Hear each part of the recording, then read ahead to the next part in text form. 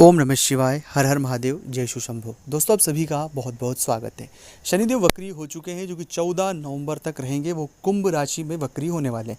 जब जब शनि वक्री होते हैं तो उसका प्रभाव हर एक राशि के जातकों पर पड़ता है, कहीं शुभ कहीं अशुभ, और बहुत सारे मिले जुले हमें निर्णय देखने को मिलते हैं।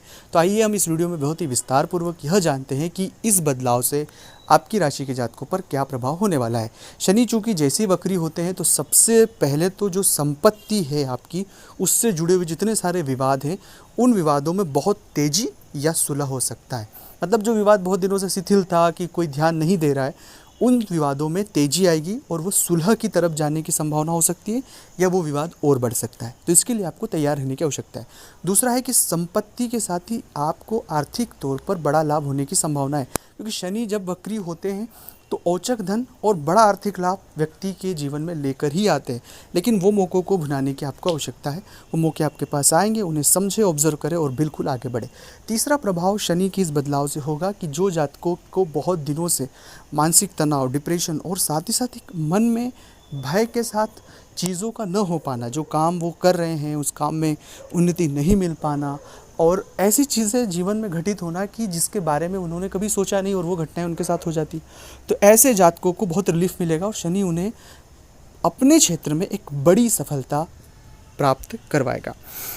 इसके साथ ही दोस्तों, शनि की इस वक्री होने से बहुत सारे जातकों को औचक धन के साथ में औचक लाभ, खुशियाँ और संपत्ति में वृद्धि, साथ ही साथ वह चीज़ें भी होने वाली है जो चीज़ें उसने सोची भी ना होगी कभी।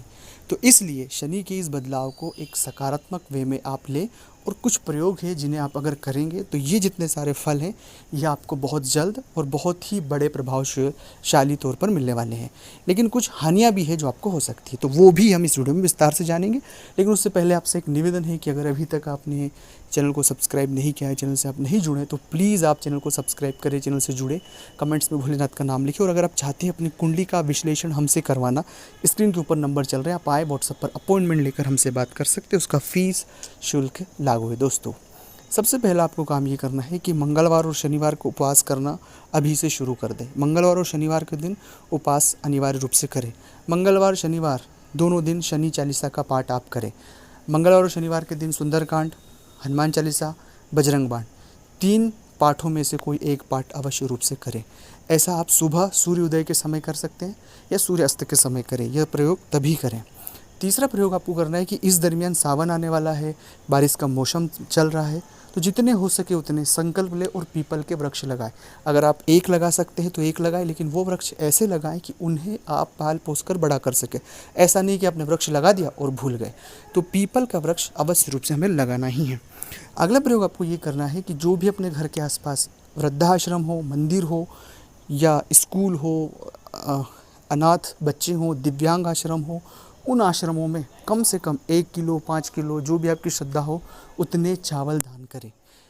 चावल दान करने से बहुत हद तक इस प्रभाव में आपके जीवन में एक सकारात्मक बदलाव होगा। चाहे वो अपने जीवन के किसी भी क्षेत्र से जुड़े हुए आपको चीज़ें सकारात्मक चाहते हैं, वो सभी में एक बदलाव होगा।